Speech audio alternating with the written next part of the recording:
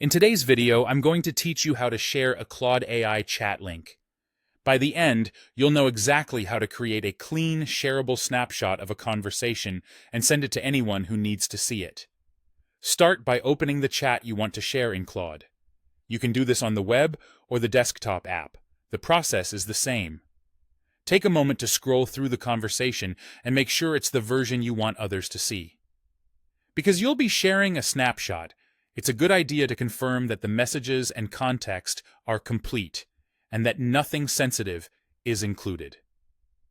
Once you're in the right chat, look to the top right corner of the chat window and click the Share button. This is your gateway to creating a public link. When you click it, Claude will show a pop-up. The pop-up is there to confirm that you want to generate a shareable link and to remind you how sharing works. In that pop-up, click Share again. This second click is what actually creates the shareable link. Think of it like taking a picture of the conversation at this exact moment. Claude packages that snapshot and gives you a unique URL. After the link is generated, copy it. Now you can paste it wherever your audience is: email, team chat, a document, or a project tracker. The person who opens the link won't need to be in your Claude workspace.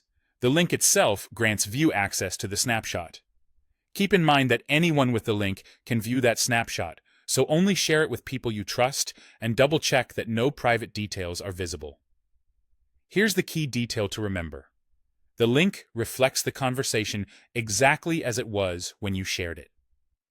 If you keep chatting with Claude after sharing, those new messages won't appear in the shared view. If you later decide you want viewers to see the latest updates, simply repeat the same share action from the chat and share again to produce an updated snapshot link. This keeps your audience aligned with the version you want them to see without exposing drafts or ongoing edits.